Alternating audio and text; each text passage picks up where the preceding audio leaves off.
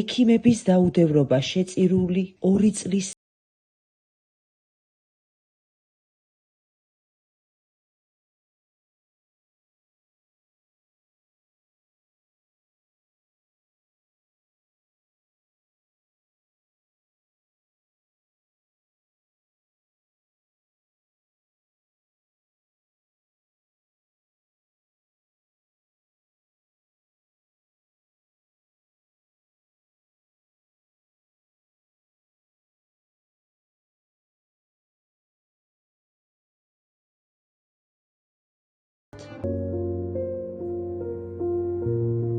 ეს კი ნიკოლოზის დაიგო, 7 თვის ბარბარია. შეხედეთ, ნამდვილი ანგელოზია. ბავშვს არც თბილი სამოსი აქვს, არც პამპერსები.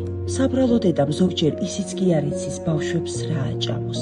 ავადმყოფი მშიერი ნიკოლოზი მაცივარს აღებს, რომ იქნებ რაიმე საჭმელი ნახოს, მაგრამ მაცივარი ცარიელი დახვდა.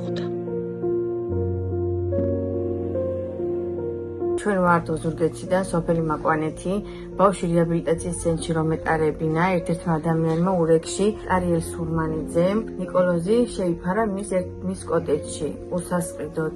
თავარი ბრძოლა ეხლა იწყება ნიკოლოზისთვის, ნიკოლოზმა ფეხზე რო გაიაროს, მინდა თქვენი გვერდში დგომა, მიჭირს ამაზე ლაპარაკი, მაგრამ ნიკოლოზისთვის გვჭირდება მთლიანი ტომოგრაფიის გადაღება, რაც ანუ არ გვიფინანსდება. ამასთან ერთად ნიკოლოზმა ფეხზე რო გაიაროს, სჭირდება ცურვაზე სიარულის საშუალებაც ჩვენ არ გვაგვაჩნია.